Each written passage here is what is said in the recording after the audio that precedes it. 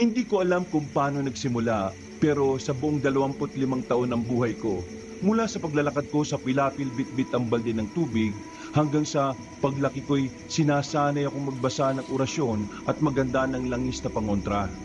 Isang bagay ang hindi ko kailanman nakitang ginawa ng Lolo Rodi ko.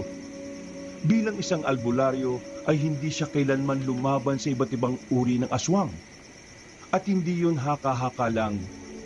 Paulit-ulit ko siyang tinatanong tungkol dito. Wala raw siyang balak. Sabi niya, hindi niya raw forte. Mas delikado raw sila kaysa sa mga malignong kayang kausapin, mga lamang lupang kayang disiplinahin, o mangkukulam na kayang kausapin sa wasto at mahabang dasal. Kaya ang sabi ng lolo ko, kapag aswang, pas daw siya. Iba raw kasi ang mga aswang. Pero ang kwento ko pong ito ay hindi ko akalain na mararanasan namin mismo ni Lolo Rodi, ang makasagupa ng nilalang na iniiwasan niya. Magandang hapon po, Kabanong, at sa lahat ng mga masugid na tagapakinig. Ako po si Brian, hindi ko tunay na pangalan, tubong norte rito sa Luzon. At ito po ang aking totoong kwentong katatakutan. Nawa po ay magustuhan niyong lahat. Nung una, akala ko dramatics lang si Lolo dahil nga sa tumatanda na. Pero habang lumalaki ako, paulit-ulit kong narinig mula sa mga pasyenteng tinutulungan namin ng ganito. Sana naman matulungan mo kami dahil may umaaswang sa asawa ko. Kung minsan naman ay ganito. Pwede niyo po bang puksain yung aswang na ayaw lumubay sa anak ko, Karodi? Nagbibigay naman ng mga mabibisang pangontra ang lolo ko. Pero yun nga lang ay hindi siya talaga nakikipagsagupa sa mga aswang, Kabanong. Kung minsan nga ay ako na rin ang pumipilit sa kanya dahil gusto ko ring makaengkwentro ng mga ganoong nilalang. Pero sa bawat pag-aanyaya ko, lagi rin naman akong pumapalpak. Lo, bakit ba ayaw niyo talagang kumalaban ng mga aswang? Iyak ka na naman sa tanong mo eh. Ilang beses na natin pinag-uusapan yan ako. Baka lang po magbago ang isip nyo. Malabo pa sa plastic labo, apo. Diba? Marunong ka na mag-joke, Lo, ha? Hindi naman ako nagbibiro. Talagang malabo ang hinihiling mo. Kaya ipagpatuloy mo rin ang ginagawa mo para maaga tayo matapos dahil pupunta pa ako sa bayan. Mas lalo kong nakumbinsi nung minsan sa may lawag, may lalaking pinaniniwala ang kinapitan ng aswang uhong. Nang banggitin yun ng kapitan ng barangay, hindi nagtagal si Lolo Rodi. Binilisan niya ang ritual. Pagkatapos ay nagbigay lang siya ng pangontra, saka umuwi agad kami nung gabiring yon. Yun ang isa sa mga pagkakataong nakitaan ko si Lolo ng kakaibang takot sa mga mata. Kaya talagang nahihiwagaan ako kung bakit nga ba siya umiiwas kapag aswang na ang usapan. Pero iba naman sa mga sumunod na araw. Sa totoo lang, Kabanong, ay hindi ko na rin maintindihan kung minsan si Lolo. Nagbiyahe naman kami sakay ng luma naming sasakyan na amoy langis at bawang na rin. Papunta kami sa isang liblib na barangay sa Cavite. May nagpapatulong kasi sa Lolo Rodi, ang kaibigan niya si Aling Robreda. At nagulat nga ako dahil may kinalaman ito sa aswang. Hindi ko tuloy maiwasang mapaisip, bakit kaya pumayag si Lolo ngayon? Ang pinaka-umiral lang sa utak ko ay posibleng malalim ang ugnayan nila ng sinasabi niyang kaibigan. Kaya habang tinatahak namin ang medyo masukal na daan, ay hindi ko naman maiwasan ang mapatanong sa kanya. Lo? Ito po, seryosong tanong lang ha. Siguraduhin mong seryoso yan at hindi puro kalokohan, ha? Grabe siya, magtatanong lang eh. O ano nga?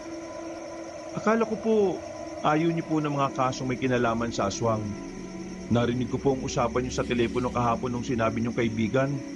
May narinig akong manananggal eh. O bakit ngayon? Bigla kayong pumayag. Ganun ba ka-espesyal sa inyo yung taong yon? Anong ganun ka-espesyal? Ginagawan mo pa ako ng isyo, apo, ha? Gusto mo bang ihagis ko sa iyo itong lumang bag ko na puno ng langis? Pinulbos ng mga halamang gamot? Papel na kurasyon, ha? Huwag naman kayo magalit kagad. Napaghahalataan kayong guilty. Anong sinabi mo? Wala po. Ang ibig ko lang naman pong sabihin, bakit po ngayon pumayag kayo?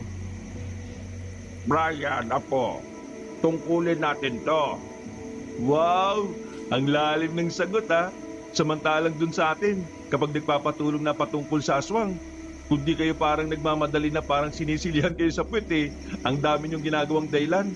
Tapos ngayon, biglang tungkulin natin to. Sigurado na akong espesyal ang taong nag-request sa'yo. Hindi naman sigurado na aswang ang problema nila ngayon. Pero Lo, narinig ko ng malinaw yung kausap niyo sa telepono. May nilalang na lumilipad daw tuwing madaling araw. Malinaw ngang sinabi, manananggal nga raw. Kailan ka pa nakinig sa usapan ng iba, ha? Hindi maganda yung ganyang pag-uugali, Brian. Abay, iwas-iwasan mo ang ganyang pakikiosyoso, ha? At napunta na nga sa akin. Ang husay talaga ng lolo ko. Pang reverse psychology yan ha. Para lang makaiwas siya sa mga kontrobersya. Kaysa daldal ka ng daldal dyan, ituon mo na lang ang paningin mo sa daan. At iidlip muna ako. Sabi ko nga po Natahimik na kami sa loob ng sasakyan. Kaya nagbukas na lang ako ng radyo. Pero nakakailang lipat pa lang ako. Pagkalipas lang ng ilang minuto ay narinig ko na huminga siya ng malalim. Yung tipong pagod na si Lolo na magpaliwanag sa matigas na ulo ng apo. Piling ko tuloy, noong mga oras na yon, ang laki ng nagawa kong kasalanan sa kanya. Grabe naman po yung buntong hininga niyo, Lo. Gusto ko lang linawin sa'yo na hindi pa rin nagbago yung pananaw kong hindi pakikipagsagupa sa mga aswang. Katulad din ng sabi ko kanina, hindi pa rin naman daw sigurado kung aswang na manananggal yung nakita nila ro na sumalakay sa mga ilang alagang hayop. Ganun po ba? Kung sakaling totoo man, hindi tayo pupunta roon para lumaban. Pupunta tayo para tumulong lang sa kanila. Kung aswang man yan, hindi to para sa atin. Okay po. Parang ganun din naman, Lolo. Ito talaga ayaw na lang aminin na espesyal sa kanya yung taong pupuntahan namin dun Ay, kumubulong-bulong ka na naman dyan. Ho? Wala po yun. Huwag yun na lang po akong pansinin, Lo. Sige na po, may drip na po kayo at gigisingin ko na lang kayo kapag nandun na tayo. Mabutit na isip mo yan. Sa puntong yun ay tumahimik na nga ako at nilakasan ang radyo. Nang makita ko nakaidlip na si Lolo, ay mas nag-focus na ako sa pagtahak sa daan. Bigla rin akong napaisip, Kabanong. Kung sakali nga kasi na aswang na manananggal ang naghihintay sa amin doon, hindi ko rin alam ang mararamdaman ko. Pero sa loob-loob ko ay naghahalo ang kaba at excitement. Sumabay pa ang biglang pagbuhos ng lakas ng ulan sa labas, dahilan upang unti-unting lumalabo ang salamin ng niluluma naming sasakyan. Mas lalo tuloy dumilim ang paligid, kaya mas lalo kong nag-focus sa daan. At habang nagpapatuloy kami, Kabanong, naalala kong bigla noong bata pa ako, kung saan buhay pa ang lola at mga magulang ko. Ganito rin po yun, maulan at madilim ang paligid. Hindi ko na masyadong matandaan ang buong detalye, pero ang tagpong yun ang dahilan kung bakit nawalan ako ng mga magulang. Kapag talaga umuulan, ay palaging sumasagi sa utak ko ang ganoong alaala. Kaya hindi ko po namalayang tila nawala na ako sa konsentrasyon sa pagmamaneho. Ang tila gumising lang sa akin ay ang biglang pagkulog at pagguhit ng kidlat sa kalangitan. Naihinto ko kagad ang sasakyan kaya nagising si Lolo na tila naging alerto. Ano nangyari? Anong meron, ha? May masamang elemento bang sumalubong sa atin? Wala, Lo. Napahinto lang ako dahil sa... Por Diyos, por Santo. Bakit may basang-basa na pusa sa tapat natin? Sa mismong kalsada? Ho? Aba, oo nga, no. Hindi mo ba yan napansin? May masamang pagitain yan. Mabuti na lang at hindi mo nasagasaan. Hindi ko po napansin talaga, Lo Napahinto lang po talaga ako dahil sa pagguhit ng kidlat sa langit. Hindi na umimik si Lolo habang nakatingin kami sa unahan dahil may pusang itim nga roon na tila kumikislap-kislap ang mga mata. Nahapyawan ng mga mata ko ang pagdukot ni Lolo ng kung anong gamit sa niluluma niyang bag. Nanatili akong nakahinto habang pinagmamasdan ang kanyang gagawin. Pagkapyaw ko ng tingin sa pusa, ay ganoon din ito na parang naghihintay sa kung ano ang gagawin namin. Kinuha ni Lolo Rodi ang maliit na garapong na may lawang dinurog na tuyong dahon. Kaunting-kaunti lang ang kanyang kinuha, saka yun ikiniskis sa kanyang mga palad na parang pulbo bago hinipan. Pagkalaon ay narinig ko na naman siyang nagsalita ng pang-orasyong wika. Doon ko muling naramdaman ang kakaibang kilabot na tila bumalot sa amin sa loob ng sasakyan. Kung kanina'y hindi ko ramdam ang lamig ng aircon sa nilulumang kotse, ngayon ay para na itong nakatodo. Pasimple akong napahima sa magkabila kong braso habang patuloy sa pakikinig sa sinasabi ni Lolo, hanggang sa biglang pumalakpak ng isang beses ang albularyo kong lolo. Dahil dito ay dali-daling umalis ang itim na pusa na tila nagmamadali at takot na takot. Sige, pwede na tayo magpatuloy. Nausog ko na ang hindi magandang pagkitaing maaaring sumalubong sa atin sa daan. Magmaneho ka na ulit, bago pa tayo gambalayan ng mga hindi pangkaraniwang nilalang na nagmamasid sa paligid. Po? Sige po, Lo. Wala na nga akong inaksayang oras. Nagmaneho na ako habang si Lolo'y bumalik na sa pagkakaidlip na parang walang nangyari. Napaisip na naman ako, Kaabanong. Sa totoo lang kasi, kahit apprentice ako ng Lolo, ay may ilang pagkakataon pa rin na hirap akong paniwalaan sa aming ginagawa. Namamanga ako sa abilidad ni Lolo Rodi, kaya lang ay hindi kasi kami magkatulad. Siya kasi ay bukas ang ikatlong mata o ang tinatawag na sixth sense. Samantalang ako, pagdating sa mga hindi pangkaraniwang nilalang, ay hirap akong maramdaman ang presensya nila. Kaya paminsan-minsan ay dinadaya ko na lang din talaga ang sarili ko. Yun po ang totoo. Ayaw ko rin kasing madismaya sa akin ang lolo kapag sinabi ko ang ganon. Pero alam ko naman na may ideya na rin naman siya na hindi ako kasing galing at kasing talentado niya. Kaya nagpapasalamat pa rin ako dahil sa kabila ng kakulangan ko, handa pa rin ang aking lolo na turuan ako ng mga nalalaman niya. At mabilis na lumipas ang oras. Pagpasok namin sa mismong barangay, ay may agad akong napansin na kakaiba. Hindi tahimik ang lugar, pero hindi rin normal ang ingay. May mga asong tahol ng tahol kahit walang dumadaan. May mga manok na tila balisang-balisa at nag-iingay pa rin kahit gabi na. Wala na ang ulan, pero ang mga tao ay kakaunti na lang ang nasa labas. Halatang natatakot dahil nga sa kung anong nilalang na nag-aasik ng lagim sa lugar. Lo, nandito na po tayo sa barangay. Saan po ba tayo mismo pupunta? Ang sabi sa akin ni Robreda, doon na lang daw tayo sa barangay hall aabangan. Ay, anong oras na ba? Mag-aalas 8 na po ng gabi. O siya, dumiretso na tayo ron. Ipagtanong-tanong mo na lang sa makikita mong tao. Yun nga hulo eh.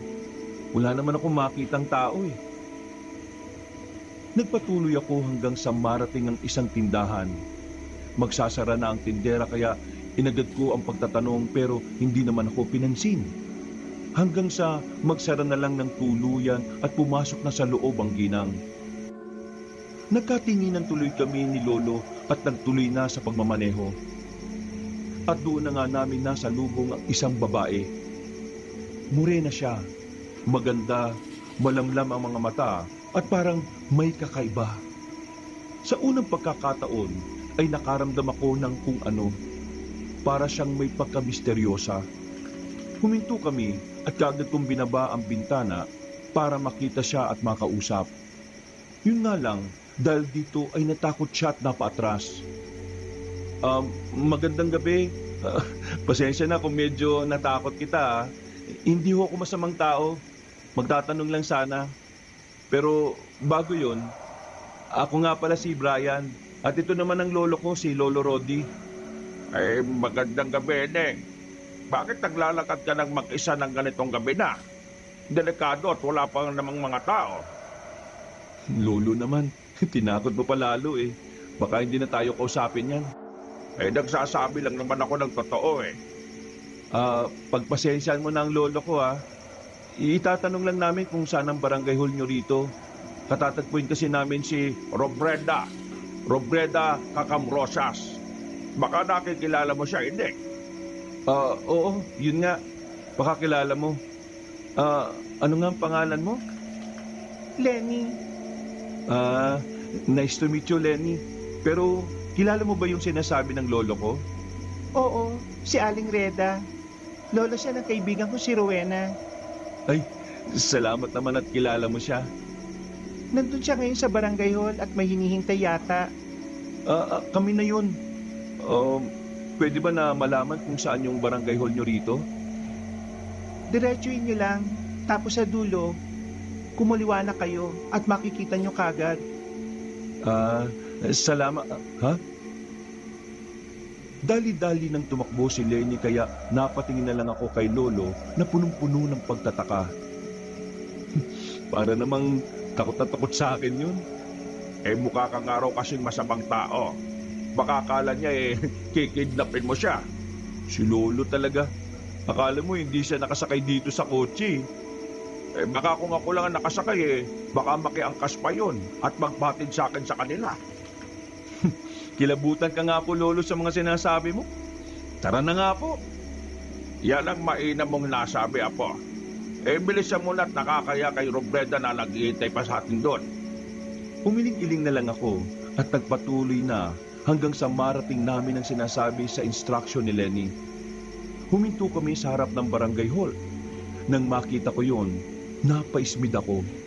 Para kasing mas luma pa sa mga bahay na bato sa lugar namin. Simentado naman ang gusali pero halata talaga ang kalumaan dahil nilulumot na ang mga pader. May 3 lalaking nakaupo sa bangko sa labas at nakikipag-usap sa isang matandang babae. Alam ko na kagad sa sarili ko na yun ang tinutukoy ni Lolo na si Aling Robreda Kakamrosas. Napakunot ako ng noo pagkakita ko sa kanya dahil halos may hawig sila ni Lolo. Lo, parang kahawig mo yung matandang babae, oh. Malamang, kapatid ko yan eh. Ho? May kapatid ka? Nakakatawa yung reaksyon ng mukha mo. Halika na nga at lumabas na tayo. Habang lumalabas ng sasakyan, ay hindi talaga ako makapaniwala sa narinig ko, Kabanong. Hindi ko po kasi talaga alam na merong kapatid ang lolo ko. Sa buong buhay ko, hindi niya naman ito nababanggit. Kaya naisip kong nag-iisa lang siyang anak. Paglapit namin sa nasabing matandang babae, ay ngumiti kagad yun. Tumigil naman sa pakikipag-usap ang 3 lalaki at bumalik na sa kanilang ginagawa. Si Lolo naman ay kagad niyang niyakap ang kanyang kapatid, ang lola ko na noon ko lang din po nakita. Hoy, halika na rito at magmano ka sa Lola Reda mo. Magandang gabi po, Lola. Pagkamano ko ay gumilid lang ako at tinayaan silang saglit na mag-usap. Pinakilala rin sa amin ni Lola Reda ang 3 lalaki na kausap niya. Isa pala roon ay ang punong barangay na si Kapitan Ethan. 50 anyos, brusko, matipuno, pero mabait kahit maangas lang talagang magsalita. Ang 2 pa ay ang mga pinagkakatiwalaan niya na sina Kuya Kulas at Kuya Dudong. Salamat at dumating kayo, Mang Rodi. Salamat din Aling Reda at pinapunta nyo rito ang kapatid mong albularyo pati ang apo mo. Tuloy po muna tayo sa loob para doon tayo makapag-usap. Salamat, Kapitan. Sa loob ng barangay hall ay pinaupo kami sa tapat ng isang mahabang mesa. May mga papeles doon na hindi ko alam kung para saan. Pero ang mas nakaagaw ng atensyon ko ay ang lumang mapa ng barangay. Nakakatuwa lang kasi dahil ngayon lang ulit ako nakakita ng mga ganoong bagay. Pero ang mas kapansin-pansin pa ay ang nasa gitna ng mahabang mesa. Isang kahon kasi yon na puno ng litrato. Dala ng pagkausyoso ay hindi ko napigilang sumilip. Napatutup ako ng bibig pagkakita sa mga larawang naroon. Mga patay na kambing, manok at baboy. Mga bubong na may bakas na matutulis na kuko at mga lugar na may bakas na mga namuong dugo na sigurado akong sa barangay lang din mismo. Ano po yung mga picture na ito, Kap? Yan ba? Yan yung mga nakuha na nitong sina Kulas at Dudong. 3 linggo na nung magsimula yan. Kadalasan, kapag malalim na ang gabi o tuwing madaling araw, wala namang nakakakita kung sino sa amin dito sa barangay maliban sa lasinggerong si Toma. Ang sabi nga niya, malaking pakpak lang ang nakita niya na parang ibon, pero parang tao na hati ang katawan. Mananagal na nga po yun, Lo. Yun nga rin ang unang naisip namin. Pero may kakaibang tunog kaming naririnig paminsan-minsan. Lalo na nung nakarana naka-duty kami rito. Anong tunog? Parang tunog nga ho ng malaking ibon pero mas nakakatakot siya, Mang Rodi. Alam kong alam na ni Lolo ang sagot kaya napatingin ako sa kanya. Nakita ko ang pag-igting ng panga niya na sinisigurong alam na nga ang sinasabi ni Kapitan Ethan.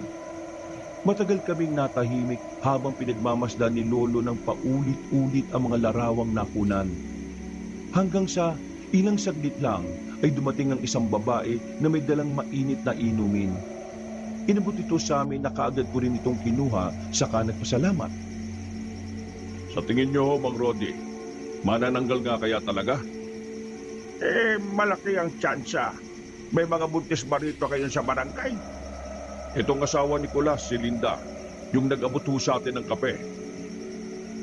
Mag-iingat ka, Linda. At kung may iba pang buntis dito, pabisuhan mo na lang ang mga mahal nila sa buhay dahil kung manananggal talaga mga aswang na gumagala rito sa barangay nyo, sa susunod, hindi na lang mga hayop ang pupuntirihin niya, kundi ang mga sanggol sa sinapupunan ng mga buntis. Hindi ko kayo tinatakot, Sinasabi ko lang ang totoong ugali ng isang aswang na manananggal. Sige ho. Salamat po sa paalala, Mang Rodi. May pangontra ko rito pero gagawa pa ako ng iba para kung sakaling may iba pang buntis. Naku, Marami hong salamat. pagkabot ni Lolo ng Carmen de Guerra na bracelet kay Ate Linda, ay nagpatuloy pa sila sa pag-uusap. Ako naman ay saglit na sumilip sa labas para magpahangin. Doon ko unang napansin ang isang binatang chubby. Gwapo siya, maputi at matangkad din. Pero parang nahihiya dahil nakaupo sa isang sulok na parang nagtatago. May tao pala ron? Di ko yun napansin kanina. Anak ko yan, si Natnat. Nakakagulat naman po kayo, Kap. Bigla-bigla kayong sumulpot. Pasensya na, tapos na kasi kami mag-usap-usap Anak, halika nga rito at magpakilala ka sa kanila. Habang lumalapit sa amin si Natnat, ay pinagmamasdan ko siya. Hindi ko rin alam pero may napapansin ako sa kanya na kakaiba. Hindi ko lang matukoy kung ano. Sa sobrang pagko-concentrate ko sa pagtitig sa mukha niya, hindi ko na malayang nag-aabot na pala siya ng kamay. Anak, Natnat, ito nga pala si Brian. Apo siya ni Mang Rodi na kapatid ni Aling Reda. Nice to meet you, Brian. Brian na lang. Nice to meet you rin, Natnat. Habang nagsishake hand, ay mas lalong tumindi ang kakaibang pakiramdam ko. Kaya halos magtama na ang aming mga mata. Naantala lang yon nang bigla nang sumingit sina Lolo at Lola. Naglabasan na rin kasi sila mula sa loob ng barangay hall. Tinanggal kagad ni Natnat ang kamay niya at saka lumayo. Napakamot na lang sa ulo si Kapitan at sinabing ganun talaga ang anak niya. Mas lalo pang araw naging mahiyain ngayon. Napansin ko na pinagmamasdan ni Lolong anak ng Kapitan, kaya napatingin na rin ako. Wala namang kakaibang nangyayari kaya maya-maya lang din ay nagpaalam na kami sa kanila. Sinabi na rin kasi ni Lola Reda na baka lumamig na ang pinaluto niyang ulam kay Rowena. Ang pinsan kong ngayon ko lang din makikilala. Nagpaalam na kami ng matiwasay pero pansin ko pa rin ang kakaibang titig ni Lolo kay Natnat. Kaya habang nasa kotse kami ay napatanong ako, Lo, Bakit ganun ang tingin mo kay Natnat? May problema ba sa kanya? Bakit mo naman natanong yan? May napansin ka bang kakaiba sa kanya? Hindi ko rin po alam, Lo eh. Basta, parang may kakaiba sa taong yun. Hindi ko rin po maintindihan kung anong nararamdaman ko sa kanya eh. Baka naman nagugustuhan mo siya, Apo. Si Lolo talaga. Lola Reda, ganyan po ba talaga yung kapatid nyo? Palagi po akong inaasar eh. Napangiti lang si Lola Reda at nang makita ko silang nagtatawanan, ay tila nanaba ang puso ko. Sa tagal din kasi ng panahon, ay parang ngayon ko lang nakitang ngumiti ng ganun ang lolo. Napangiti na lang din ako kahit naasar sa biro hanggang sa magpatuloy na kami papunta sa bahay ni Lola. Dahil excited na rin akong makita ang kaisa-isa kong pinsan. Ang akala ko pa naman talaga ay kami na ni Lolo ang huli sa lahi namin. Maganda rin po na malaman ka, Banong, na may nabubuhay pa kaming kamag-anak. Kaya lang, pagdating namin doon, ay ganun na lang ang gulat ko pagkakita kay Rowena. Hindi ko kasi sukat akalain na hindi pala totoong babae ang aking pinsan. Binabai siya, pero matipuno ang pangangatawan. At kung paloko-loko ka, sigurado kapag sinuntok ka, ay tulog ka talaga. Tungtuwa rin siya nang makita kami ni Lolo. Ganun din naman ako, pero nag-expect kasi talaga ako na isang babae ang pinsan ko. Hindi ko akalain na Ruel pala ang totoo niyang pangalan. Sabay-sabay na kaming nagapunan at nagkwentuhan patungkol sa mga bagay-bagay. Masaya po talaga ang puso ko na makita ang aming mga kaanak. Iba rin ang saya kapag naalaman mo na meron ka pa palang mga mahal sa buhay. Sinabi na rin ni Lolo ang totoo kung bakit siya pumayag na tumulong kahit aswang pa ang kakaharapin namin sa lugar na yon. Sumang-ayon na rin ako at 100% walang pagtutol dahil mga kamag-anak rin naman namin ang matutulungan. Marami kaming napagkwentuhan hanggang sa lumalim na ang gabi at nagpasya ng matulog si Lola Reda at Ruel. Rowena pala. Nang nasa kwarto na kami ni Lolo, nagulat ako dahil naglabas siya ng maliit na bote ng langis at inilapag sa ibabaw ng tukador. Oh, bakit pulo? Wala naman. Ayaw ko lang sayangin ang pananatili natin dito. Una, kailangan na gawin ng obserbasyon bago sumabak sa labanan. Palagi mong tatandaan na po na hindi lahat ng problema ay sinasagot kagad ng suntok. Wala naman po akong maintindihan sa mga sinasabi niyo. Ay nako, matulog ka na lang dyan kung matutulog ka, Apo. Paano po ako makakatulog kung nag-uurasyon kayo? Nag-oobserba lang ako. Ikaw talaga, apprentice ka, hindi ka nakikinig. Ano po ba yung meron sa langis na yan, Lo? Langis to ng panunuri sa aswang. Kapag kumulo ito, Apo, ibig sabihin merong malapit na aswang sa paligid. Kapag nangyari yon, lalabas tayo at susundan ang pinagmumulan ng pagkulo nitong langis. Wait. Akala ko po pinatutulog yun na ako. Gusto mong matulog na lang habang buhay? Ay, nako. Sige na nga po, susunod na. Pero may tanong ako, Lo. Ay, ano na naman yan? Ang pagiging aswang po ba nagagamot? Katulad ng mga ginagawa natin sa mga naing kanto, nakukula mo na paglalaruan ng mga kung ano-anong elemento? Depende sa kapangyarihan ng sumpa. Magtatanong pa sana ako pero nagulat kami nang biglang makita ang langis na kumulo ng mahina. Napatitig kami roon ni Lolo hanggang sa lumakas yun ng lumakas. Nagkatinginan kami sabay parehong napasabi na may aswang na sa paligid. Kung may isang tunog na hindi mo gustong marinig sa gitna ng gabi habang nasa isang liblib na barangay ka, yun ay ang mahinang pagbulwak ng langis. Kakaiba ang pakiramdam ko, Kabanong. Parang kinukuryente ang katawan ko sa matinding kilabot. Akala ko nga nung una ay namamalmata lang ako. Pero nang inulit ni Lolo ang pagkakasabi, ay saka ko natauhan na talaga. Kinuha ni Lolo ang nasabing bote ng langis bago humarap sa akin. Kunin mo yung bag ko at lalabas tayo. Madali ka, Apo. Gigisingin po ba natin si Lola Reda at si Rowena? Hindi na. Wala nang oras. Madali ka at huwag mong kalimutan yung isang garapon. Doon nakalagay yung dinurog na nyo. Pinagsamang dahon ng tanglad at kikmo. Importante yon at mabisang panlaban sa mga aswang yon. O sige po. Nag-asikaso na nga kagad ako. Si Lolo naman ay nauna nang lumabas ng kwarto namin. Pagdating ko sa sala ay nakita ko na siyang nakatayo sa may pintuan na hawak ang bote ng langis. Palakas na nga na ng palakas ang pagkulo nito, kaya kinabahan na rin ako. Ngayon ko lang kasi napagtanto na ito ang unang pagkakataong kong haharap sa isang aswang. Kung sakaling makakita ako kabanong, hindi ko rin alam ang gagawin. Lo, ano na pong gagawin natin? Mas malakas na yung pagkulo ng langis ako. Tara na. Ano, handa ka na ba? Handa? Hindi pa eh. Tara na at lalabas tayo. Napatingin ako sa labas at napalunok ng laway. Kasunod nito ay napatingin din ako sa aking relo. Nang makita kong 12:00 na ng hating gabi, ay mas lalo kong napalunok ng laway. Napakatahimik ng paligid. Sanay naman ako sa ganoon dahil katulad lang sa amin sa probinsya. Pero kakaiba kasi ang katahimikang bumabalot ngayon sa barangay. Kahit hindi malakas ang pakiramdam ko, alam kong hindi ito naghahatid ng kapayapaan. Habang nag-aalangan pa rin, ay nakita kong nauna nang lumabas ang lolo. Kaya sumunod na kagad ako at kagad isinara ang pinto.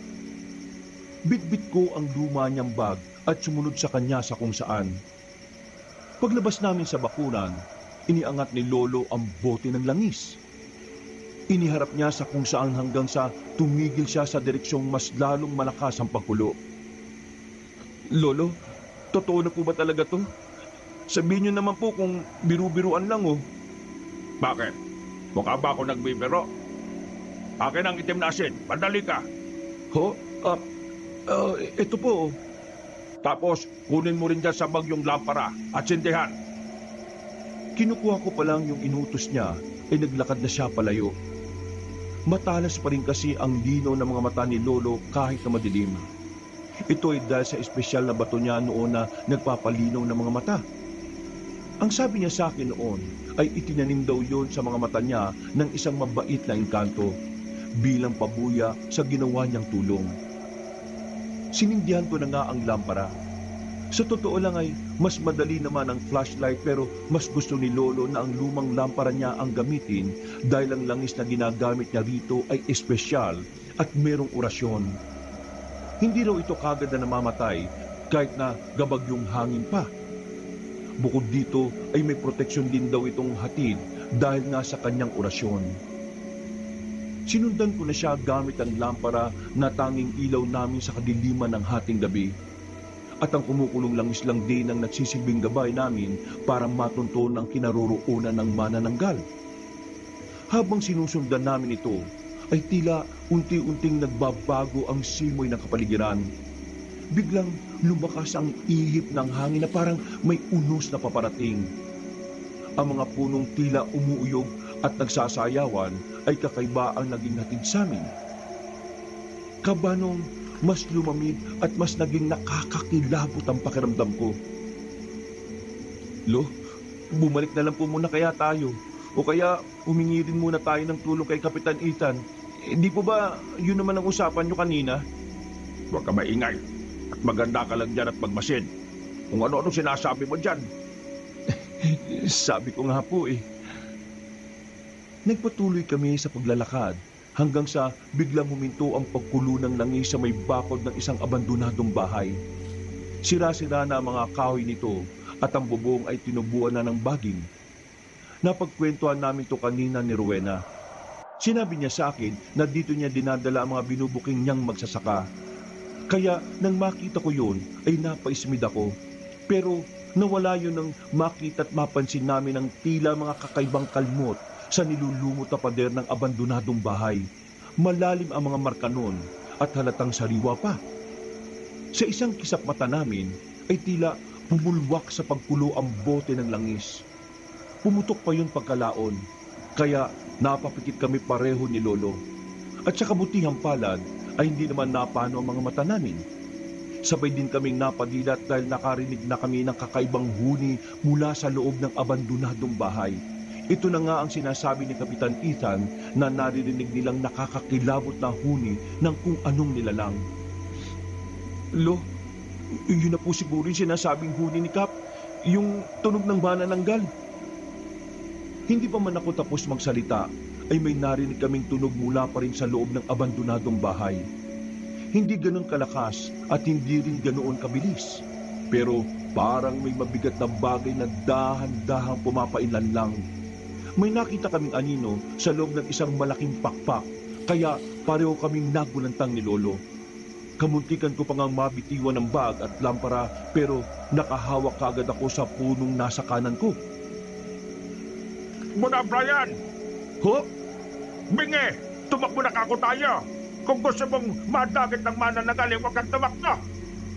Wala na akong nagawa kundi sundin ang sinasabi ni Lolo Rodi.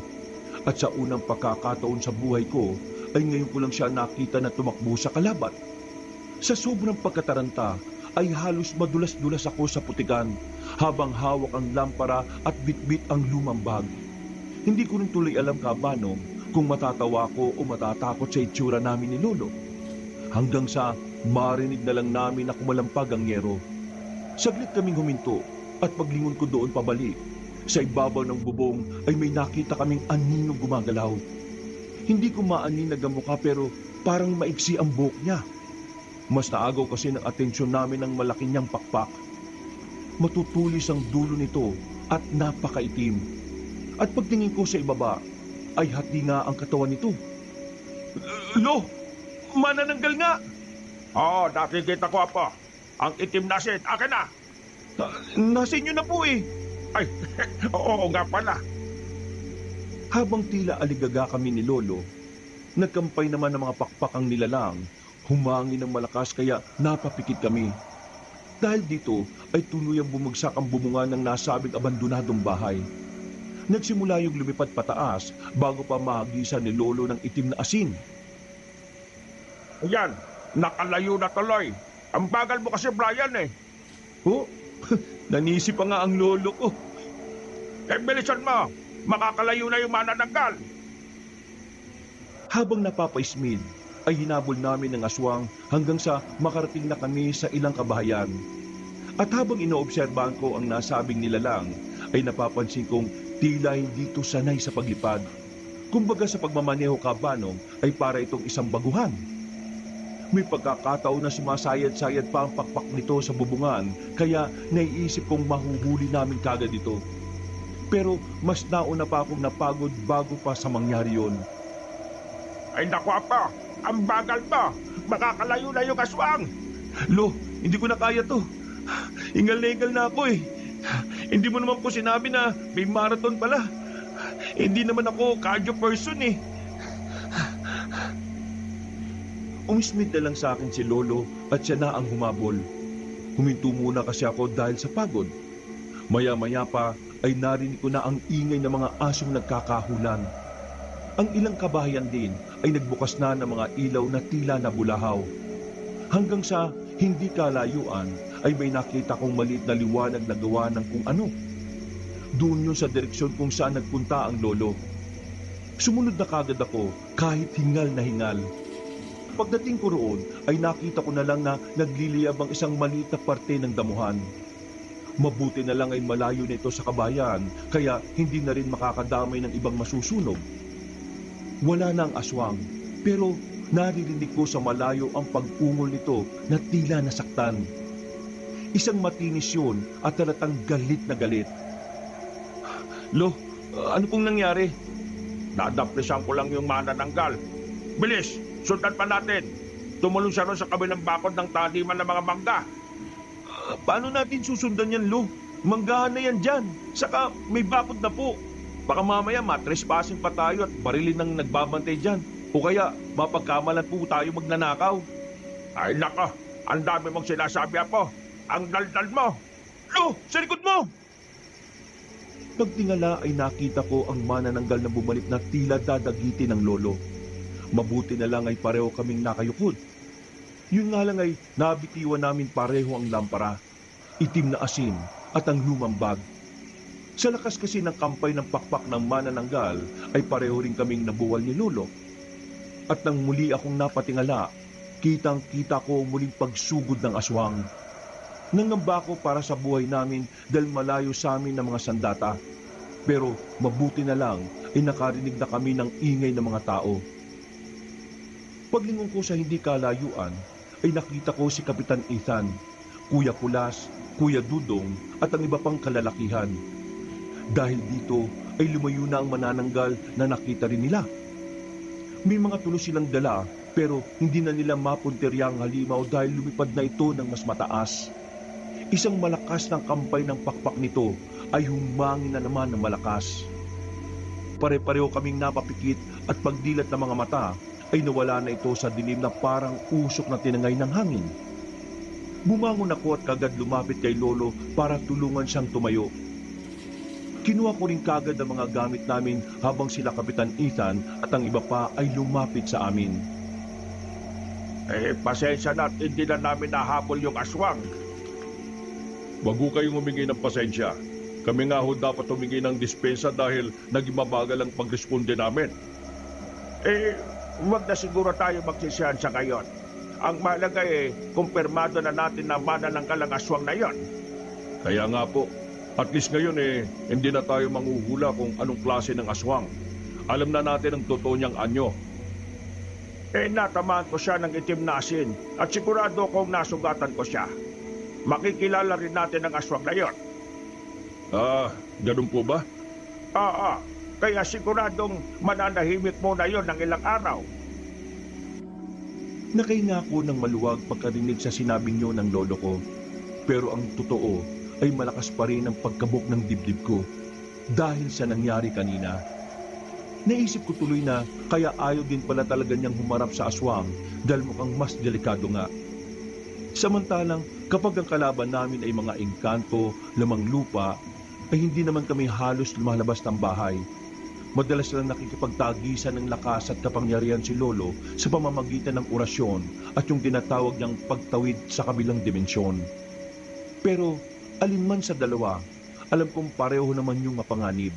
Kaya kailangan ko rin talagang mas pagbutihan bilang apprentice ni Lolo. Matapos ang saglit mong pag-uusap, ay hinitid na nga kami nila Kapitan Ethan sa bahay. Nakita ko si Lola Reda at Rowena na nakaabang sa pinto. Nakita ko ang pag-aalala sa kanilang mukha, kaya sinabi ko na lang din na ayos lang kami ni Lolo kahit ang totoo ay buwis buhay rin talaga ang nangyari. Nakatulog pa rin naman ako ng mahimbing dahil sa nangyari hanggang sumapit ang kinabukasan. Katulad ng inaasahan ni Lolo Rodi, kinabukasan at sa mga nakalipas pang araw, ay tahimik na ang barangay kahit na papaano. Pero hindi pa rin naaalis ang takot ng mga tao dahil hindi pa nga rin nahuhuli o natutukoy kung sino ang manananggal. Sa mga sumunod pang araw, ay naging abala kami ni Lolo. Tinutulungan ko siyang gumawa ng mga pangontra at sa tulong ni Lola Reda, pati si Kapitan ay naipamahagi sa mga buntis ang Calvin de Guerra na bracelet. Mapisa talaga ito sa anumang klase ng alagad ng kadiliman, kaya palaging nagdadala ang lolo ng ganito para may pasobra sa paggawa ng pangontra. Bukod sa Calvin de Guerra, gumawa pa kami ng iba pang pangontra. Nagbalot kami sa maliit na supot ng asin. Dinurog na pinatuyong dahon ng talampunan at manipis na papel na may orasyon. Isa-isa rin namin itong pinamigay sa mga kalalakihan sa baryo. Personal ding ipinaliwanag ni Lolo kung para saan ang mga ito. Lagi niyong tatandaan na ang pangontrang ito ay hindi ito panghabang buhay kundi pansamantala lang. Pero kahit ganon, ay sapat na ito para hindi kayo lapitan ng masasamang uri ng nilalang na hindi pangkaraniwan. Huwag pa rin natin kakalimutan ang manalig at magdasal sa Panginoon. Dahil ito ang pinakamabisang sandata sa lahat. Bukod nga sa paghahanda sa manananggal, ay marami rin ang lumapit kay Lolo Rodi na may mga sakit at kakaibang karamdaman. At sa mga nagdaan pang araw, ay marami kaming nalunasan na may kinalaman nga sa mga kababalaghan ng sakit. Pagkatapos ng mga yon, ay nagsabi si Lolo na hayaan ko na muna siyang mag-isa. Kaya nag-enjoy na rin muna ako sa lugar hanggang sa dumating ang pinsang kong si Rowena. Kahit na binabai siya, sa totoo lang ay mas matapang pa siya sa akin sa maraming bagay, lalo na pagdating sa pakikitungo sa tao. Siya ang tipo na kahit sa gitna ng lamay ay kayang magpatawa pero alam mo ring seryoso kapag kailangan. Oy, pinsan kong Poging Albularyo Jr. Busy ka today, ha? Ah, hindi naman. Bakit? May kailangan ka ba, Rowena? Yes na yes for you. Dahil mag-Ferris wheel tayo sa buong barangay. Ha? Mag-Ferris wheel? Ang ibig kong sabihin, iikot tayo. Igagala kita. Kaya mag-Ferris wheel tayo. Gusto ko nang ipakilala sa iba pang mga kaibigan ko. Ah, ganun ba? Oo, kaya mag-ayos ka na para makagorabel na tayes. Ano ba yung mga salita mo? Pang-alien ba yan? Ay nako, dalas-dalasan mo ang pagbaba sa bundok ha. Nasa modern world na tayo, cause dapat updated ka rin sa mga lingo ng mga Bekimon. Pasensya na. Alam mo naman na si Lolo lang ang madalas kong kasama ron sa amin eh. Bakit? Wala ba mga badesang doon sa inyo? Meron naman pero natural na tao lang sila magsalita. Hindi gaya ng mga salita mo. Yung iba nga, nag-uurasyon pa katulad ni Lolo eh. OMG! Kasukot pala ang mga kapederasyon ko ron sa inyo. More on abracadabra rin sila like our lolo. Ay nako, sinabi mo pa. Maiba tayo ah. Lagi ba ginagawa ni Lolo Rodi yung alam mo na, abracadabra, chukchak, chenis, channeling, apocalypse. Yung mga ganong emi-emi orasyonis niya katulad kanina. Oo. Ay, first time kong ma-heard song yun. Nakakasyokot. Yung mga feather dust ko, as in, nagtaasan talaga siya. Iba yung powers ng lolo natin eh. Buti na lang si Mother Earth Reda. Hindi gumaganyan-ganyan. Kasi kung nagkataon, hay nako, baka nag-go to go na rin ako sa bahay. Hindi ko careless yung mga ganyang kaawrahan talaga, te. May time na ganyan talaga siya at kailangan mag-orasyon. Nakikipagtagpo siya at kumukonsulta sa kabilang dimensyon. Para na rin siguro madaling mahuli yung manananggal. Ay, ang tatay ng lolo natin, may pa-meet and greet sa ibang universe ha. Pero in fairness, salamat sa kanya kasi naglalaylo na rin yung mga tsakang manananggal na yon. Oo nga eh. At malamang, hindi ko pa rin kayo nakikilala. Biruin mo yon, ang tagal na panahon pa ang nagdaan bago ko kayo makilala ni Lola Reda. Ay, sa trulalo, walang halong eklabush. Kaya thanks God na rin at nakakilala tayo. Kaya nga eh. Ay, siya! Mag-change outfit na tayo para makagora belts na. Sumama na nga ako sa kanya, Kabanong. Naglibot kami sa plaza nung hapon na yon at nakakita kami ng mga naglalarong kabataan sa open basketball court. Aliw na aliw ang pinsan ko sa mga kalalakihang nakatopless. Napaismid na lang ako at naalala na binabai nga pala siya. Natural sa mga katulad niya ang mamangha sa mga kalalakihang malalaki ang katawan. Marami pa kaming ginalaan. Dahil sa loob ng lagpas 1 linggo, ngayon pa lang talaga ako nakaikot sa buong barangay at sa labas nito. Kumain na din kami sa mga turo-turo bago bumalik sa amin. Habang nagkukwentuhan pa uwi, ay nakasalubong namin si Lenny, ang kaibigan ni Rowena na ilang araw na rin niyang hindi nakikita. Nakita namin siya na nakayuko habang nagbibilang ng sukli. At napansin ko na parang ayaw niyang makipagtitigan kahit kanino. Oy, Lenny, luka-luka. Para akong finding Nemo sa'yo ah. Kaloka ka, te. Hey, teka. Ipapakilala ko pala sa'yo yung pogi kong pinsan, si Brian. Hi. Oh, nag-hi Brian. Ano, ngangay ka lang dyan, te? Tulala yarn? Nagkita na kasi kami niyan nung nakaraang linggo. Yung pagdating namin dito ni Lolo. Ay, for real, mga te? Nauna na pala ang meet and greet nyo eh. Oo, siya nga yung nagturo kung saan yung barangay hall eh. Eh di, go na pala ang eksena. So, magi na pala ang mag-getting to know each other. Tara na, at gumora na tayo sa ibang place muna. Wala na akong nagawa, Kabanong, kundi samahan na lang sina Rowena at Lenny. Habang nag-uusap-usap kami, si Rowena ang halos na bumubuhat ng mga kwento. Aliw na aliw talaga ako sa pinsan ko, lalo na sa mga kakaibang mga salitang lumalabas sa bibig niya. Hanggang sa habang nagtatawanan ay napansin ko ang isang bagay na hindi ko dapat sana papansinin. May nakita akong sugat sa braso si Lenny. Alam kong hindi to simpleng gasgas lang, hindi rin kagat ng kung anong insekto o anuman. Para siyang nagalusan o nabuhusan ng kung anong nakakasugat o nakapapasong bagay. Medyo natutuyo at magaling na, pero halatang bago-bago lang ang sugat. Hindi ko rin kasi napansin sa kanya ito nung unang gabi kaming nakapag-usap. Bigla tuloy pumasok sa isip ko ang sinabi ni Lolo Rodi nung gabi na nakainkwentro namin ng manananggal. Nagalusan ko ang aswang na yun kaya sigurado kong mananahimik siya ng ilang araw.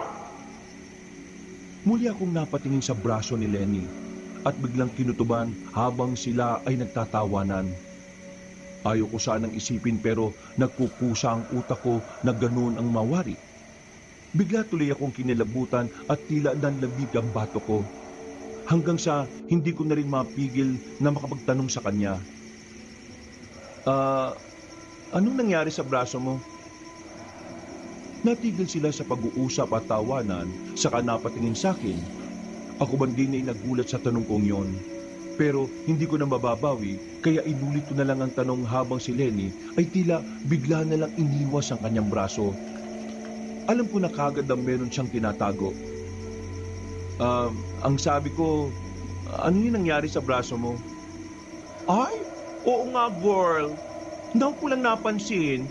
Ano yung nangyari dyan? Pwede bang malaman kung anong nangyari at bakit ka nagkasugat dyan sa braso?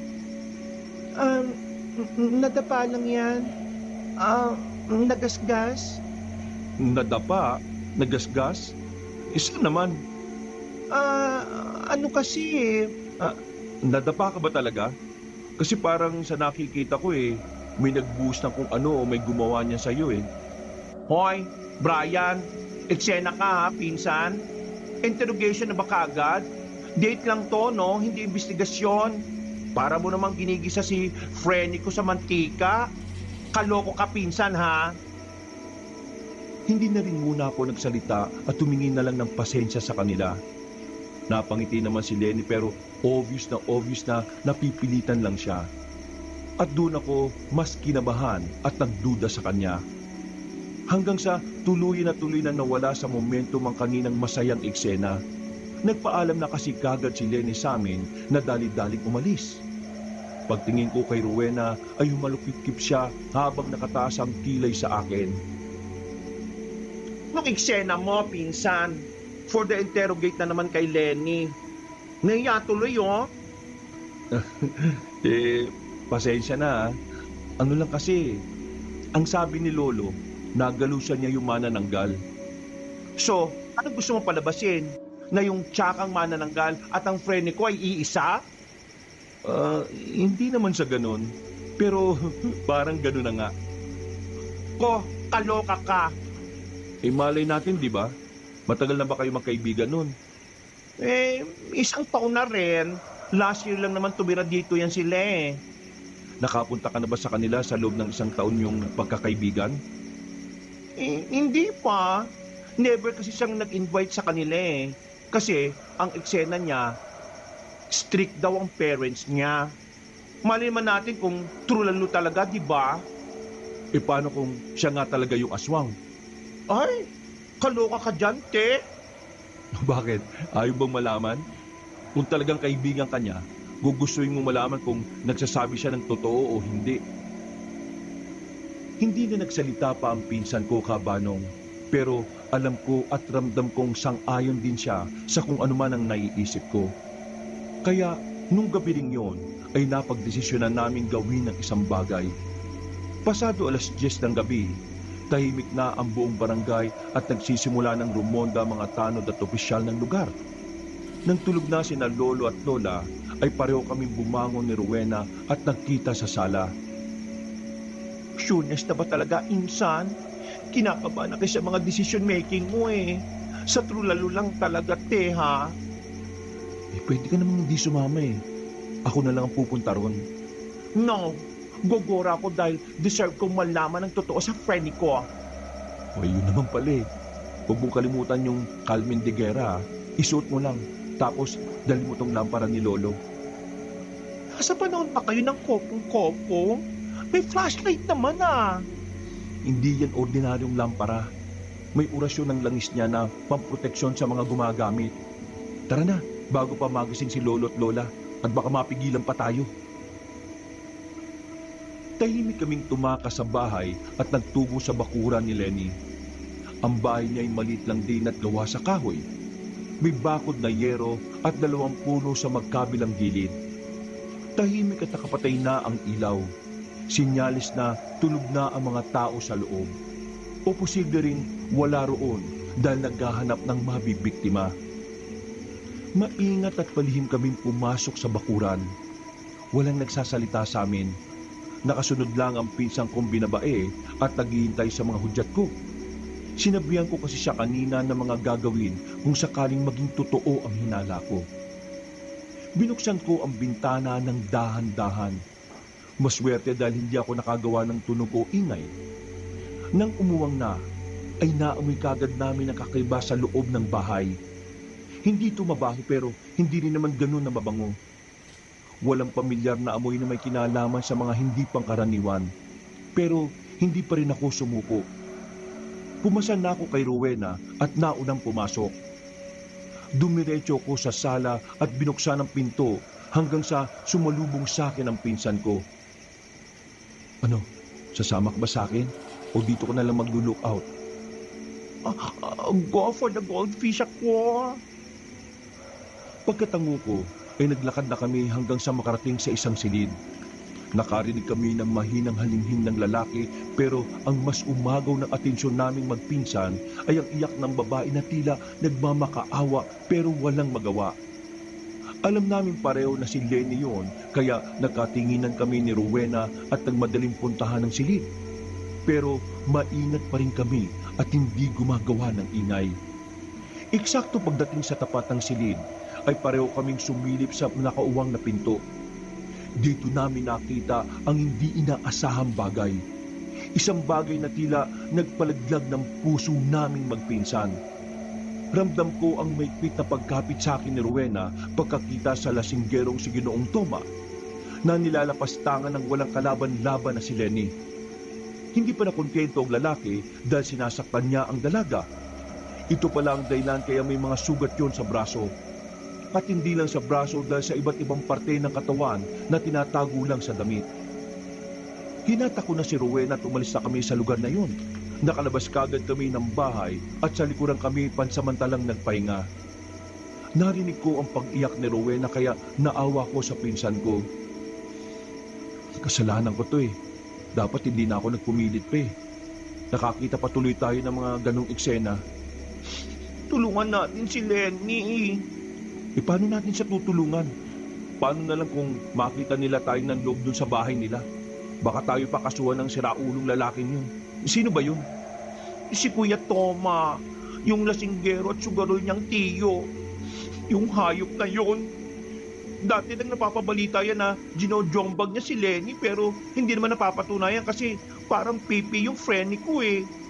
Ngayon na saysong na mismo ng mga eyelashes ko. Dapat gawin. Pinsan, meron ba si Lolo ng mga orasyon emerald na pwedeng sumumpa sa lalaking yon?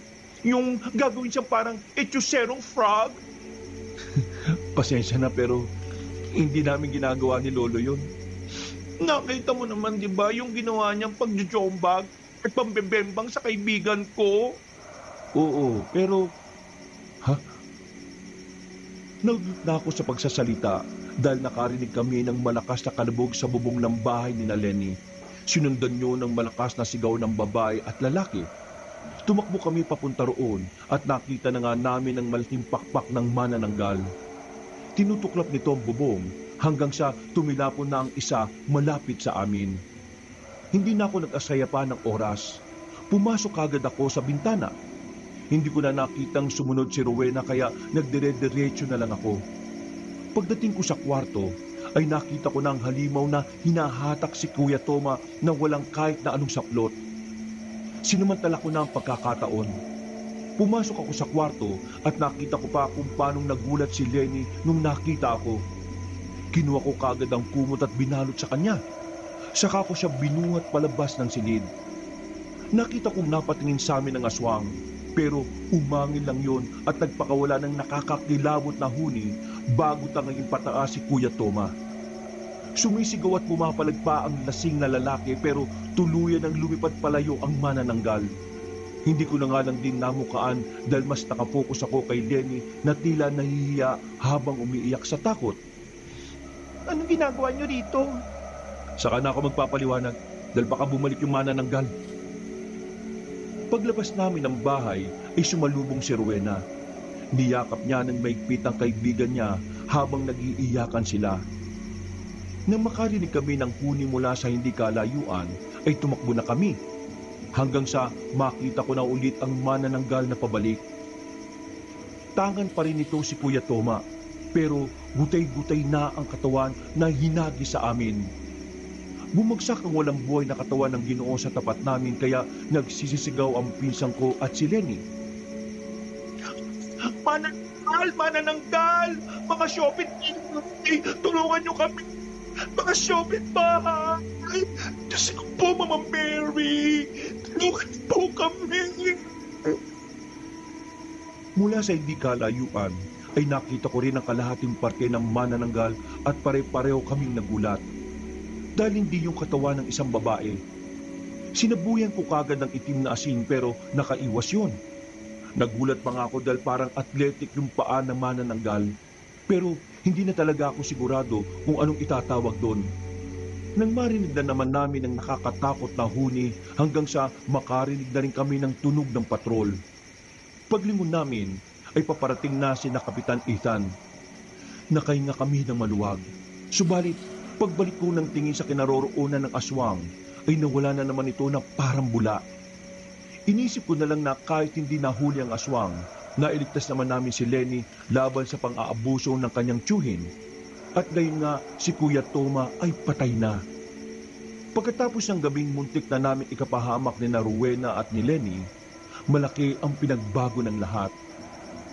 Kumalat nga sa buong barangay ang kalapastangan ng ginawa ni Kuya Toma sa kanyang pamangkin. Kaya mas lalong tila nalugmok sa kahiyaan si Lenny.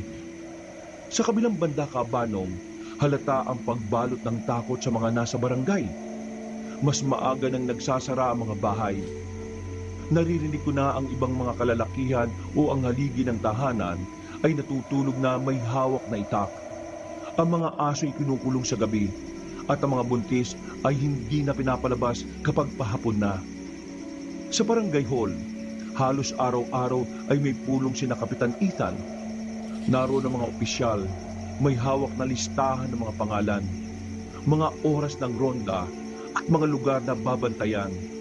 Pero kahit anong higpit ng paghahanda, ramdam ko na walang katiyakan sa bawat gabing dumaraan.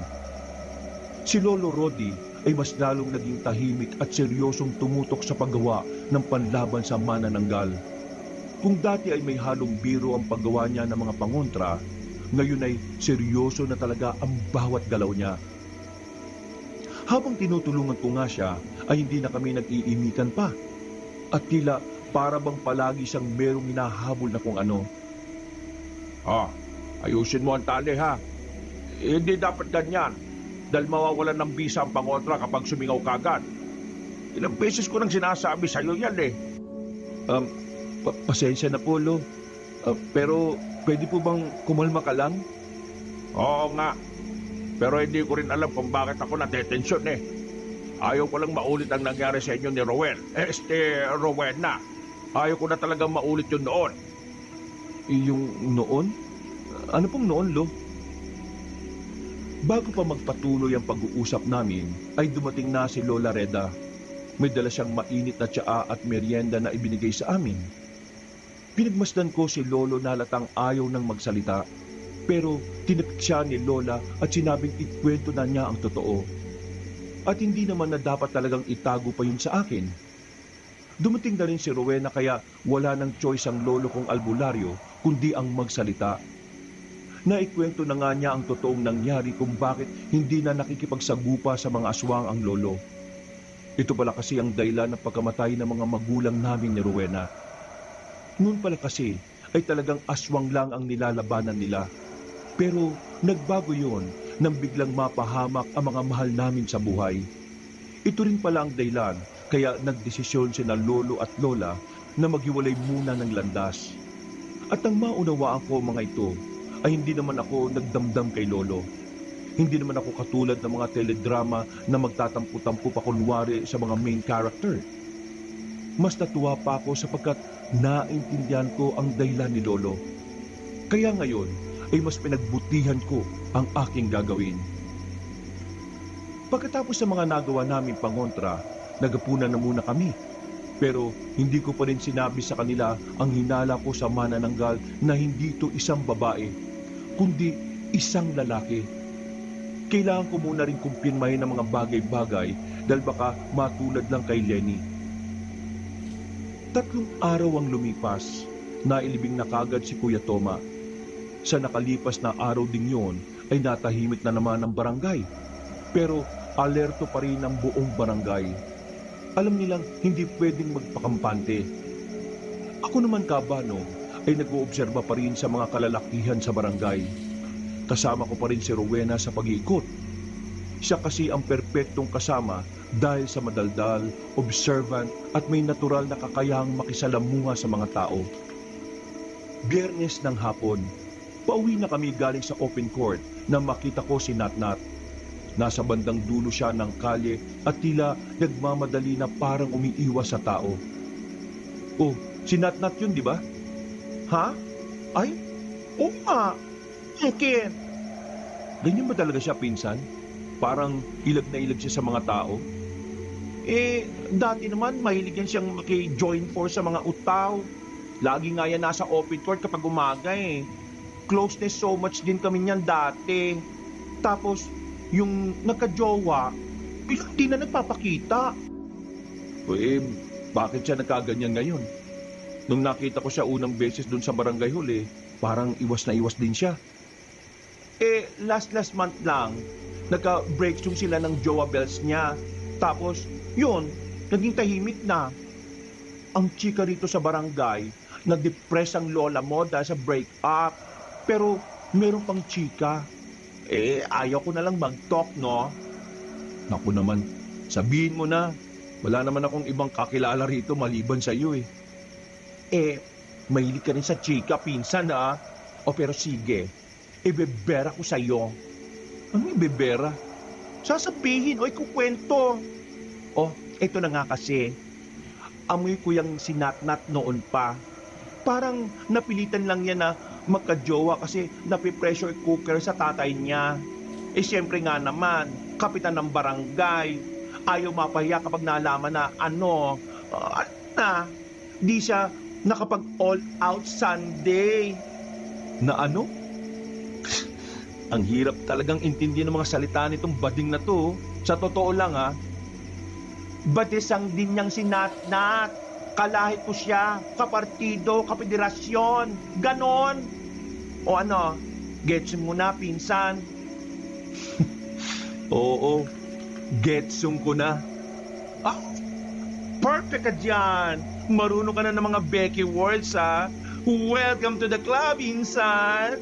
Sira. Tara na nga. Gusto ko nang maligo dahil malakit na katawan ko. Pag-uwi ng bahay, nagmerienda na muna kami at nagpahinga bago ako maligo. Mabilis na lumipas ang oras.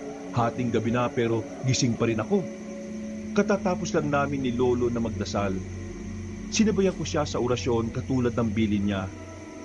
Sa tagal ko na rin na apprentice niya, ngayon niya lang yun sinabi sa akin.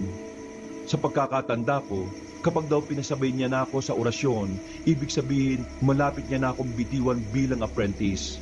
Natuwa naman ako pero kinabahan din ng kaunti. Hindi pa rin kasi ako sanay na hindi kasama ang lolo sa anumang lakad na may kinalaman sa kababalaghan. Katulad ng pagpapagaling sa mga nakaingkanto at iba pa. Sakto 12:00 na naman ng hating gabi. Napabangon ako dahil sa malakas na alulong ng aso sa labas. Pagtingin ko sa papag na hinihigaan ni lolo, ay tulog na tulog siya. Tumayo ko't sumilip sa bintana.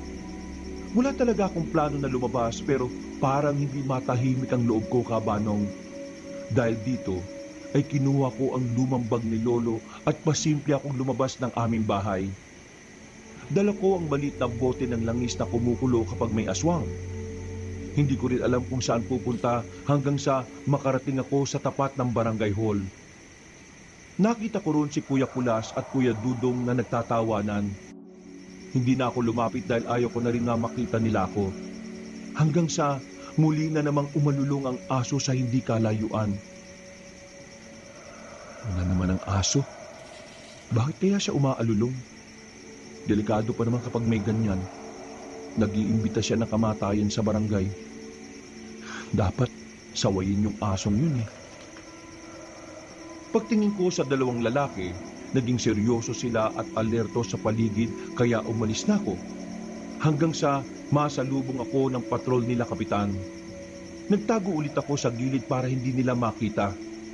Nang makalampas na ang sasakyan, ay nagtuloy-tuloy na ako at di inaasahang nakita ko si Natnat. Tila natataranta na naman siya at parang namumutla ang kanyang muka na hindi mapakali. Oh, si Natnat yun ah. 10 oras na ng gabi. Bakit nasa labas pa siya? Saan siya pupunta? Para masagot ang tanong ko sa sarili ay sinundan ko kung saan siya pupunta. Siyempre, katulad ng dati, maingat ang bawat galaw ko. At lalo kong nagtaka dahil hindi pala siya pauwi kundi papunta sa ibang lugar. Lumabas siya sa barangay ng mag-isa. Dala ang maliit na backpack. Para talaga siyang lasing kung maglakad na parang may iniindang sakit. Patuloy ko siyang sinundan hanggang sa makarating kami sa Bukirin. At doon ko nakita at nalaman ng totoo, Kabanong. Ang sikretong pinakatatago-tago ni Natnat. Tama nga talaga ang hinala ko na hindi isang babae ang aswang na manananggal, kundi isang lalaki. At yun ay walang iba, kundi ang anak ni Kapitan Ethan na si Natnat. Nagkumutubad siya at saka nagpahid ng espesyal na langis. Umabot hanggang sa kinaroroonan ko ang kakaibang amoy nito. Hindi naman siya mabaho pero hindi ko lang gusto ang amoy. Kaya nagtakip ako ng ilong habang pinagmamasdan siya. At maya-maya pa nga ay narinig ko na kung paano maglagatukan ng mga buto niya. Hanggang sa unti-unti nang mangitim ang buo niyang balat. Napahuli siya na parang hayop at nang mapatingin ako sa bunganga niya, kitang-kita ko kung paano umusli ang matutulis niyang pangil. Ang dila niya ay humaba at numipis. Umabot ito halos sa kanyang pusod. Nagsisisigaw siya habang ang mga pakpak sa likuran niya ay unti-unting tila tumutubo. Nang mabuo na ito ng tuluyan, ay para siyang nabunutan ng tinik. Tinutok ko naman ang aking bibig para hindi makagawa ng ingay. Inihanda ko rin ang mga sandata sa lumang bag. Posible kasing naamoy na niya ako, kahit merong akong suot na pangontra kalming digera. Pero ayon din naman kay Lolo, may mga aswang talaga na mas mahina ang pang-amoy sa dugo at sariwang karne ng tao. Sa halip ay malalakas ang pandaman nila. Na kapag konting pagkilos lang, ay malalaman kagad na may tao o hayop sa paligid. Siya pala ang aswang. Tama nga ang hinala ko na hindi babae ang aswang kundi lalaki. Alam kaya ni Kapitan ang tungkol dito? Habang pinagmamasdan ko siya ay patuloy siya sa pagpalit ng anyo bilang isang lalaking manananggal. Unti-unti nang pumangit ang kanyang muka at nang makita kong tila mahahati na ang kanyang katawan, doon naman siya biglang napatingin sa akin. Ako man din ay nagulat, Kabanong, kaya napatras ako at magtatago pa sana pero huli na. Nagkatitigan na kaming dalawa. Matagal na umabot ang halos 30 segundo. Dahil doon, ay bigla siyang bumalik sa pagiging anyong tao. Sa isang iglap, ay para bang tumupi ang mga pakpak niya. Ang mukha niya ay naging normal at napatakip siya sa sarili matapos mapagtanto na nakikita ko siya na hubot-hubad. Ako man din ay nailang at napaiwas ng tingin. Brian, Natnat, anong ginagawa mo rito? ikaw yung manananggal? Hindi ko ginusto to. Mas nakumpirma ko ang lahat nang makita ang peklat sa braso niya. Dahil dito ay wala sa sarili kong nahigitang itim na asin sa lumang bag. Ito naman ang naging dahilan kaya siya dali-dali ring nag-anyong manananggal at biglang sumalakay sa akin. Sumugod siya sa akin ng hindi nahahati ang katawan, pero ang pakpak ay buong-buo na. Sinubukan kong hagisan siya ng itim na asin, pero nadamba na niya ako. Kaya hindi ko na nagawa pa. Nagpagulong-gulong kami sa putikan ng bukirin hanggang sa masipa ko siya palayo. Sinamantala ko ang pagkakataon, Kabanong. Gumapang palayo at kinuha ko ang itim na asin dahil nahulog yun sa akin pagsalakay niya. Pati ang bagay tumilapon kung saan. Pero hindi ko na muna yun inatupag. At nang makalapit na ako sa asin, ay nahawakan na niya ako sa paa. Binitbit niya ako at sinubukan kong manlaban hanggang sa ihagis niya ako. Tumalsik ako sa hindi kalayuan, pero hindi naman ako masyadong nasaktan dahil maputik ang pinagbagsakan ko. Sinubukan kong bumangon at tumakbo hanggang sa makita ko ang lumang bag. Nagmamadali akong kinuha hanggang sa mahugot ang kahit na anong pwedeng ipanglaban sa kanya. Sa kabutihang palad ay nakuha ko ang maliit na buntot pagi. Eksaktong pagsalakay niya ay binasiwas ko ito at hinampas sa kanyang katawan. Isang nakabubulahaw na ugong ng halimaw ang umalingaw-ngaw sa tahimik na paligid. Napaatras siya at sinamantala ko naman ang pagkakataon. Nang muli ko siyang hahampasin ng buntot pagi, ay nagtama na naman ang aming mga mata. Natigilan tuloy ako dahil hindi isang halimaw ang nakita ko, kundi isang inosenteng lalaki na punong-puno ng takot. Napulod siya habang umiiyak at tila nagmamakaawa ang mga mata. Hindi ko talaga alam ang gagawin ko, Kabanong, kaya napatunganga na lang ako. Hindi ko na rin naisip na baka sumalakay siya sa akin. Alam ko rin naman na hindi niya gagawin yon. Pasensya na, hindi ko sinasadyang gawin yon, Natnat. Patayin mo na ako, Brian. Hindi ko na kaya. Pero hindi ko kayang patayin ka. Bilis na. Bago pa ako makapatay ulit ng tao. Katulad ng ginawa ko kay Kuya Toma. Nanginginig ang kamay ko at saka binitiwan ng buntot pagi. Hindi ko nagawa ang inutos niya. At ng mga sandaling yon, Kabanong, ay parabang tumigil ang lahat. Matagal lang ulit kaming nagkatitigan hanggang sa nagbukas siya ng mga pakpak at lumipad palayo. Naiwan ako nag-iisa sa gitna ng bukirin. Sugatan, hindi lang sa pisikal na katawan, kundi pati na rin sa konsensya. Dahil alam ko na ngayon ang totoo. Sigurado ko na mas marami na ang magbabago, lalo na kapag sinabi ko kay Lolo Rodi ang mga ito. Ilang araw akong hindi pinatulog ng aking konsensya, Kabanong.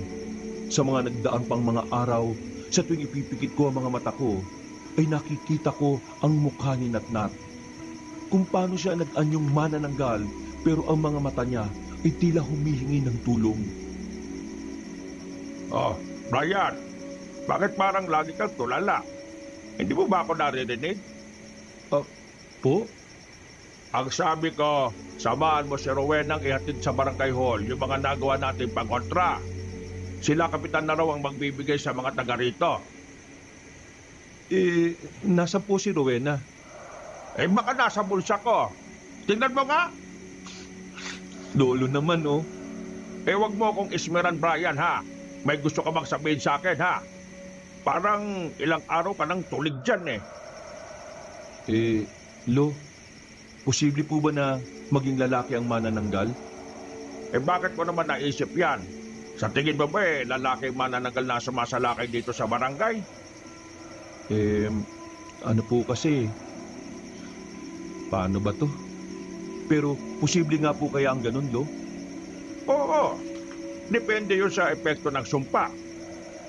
Sumpa?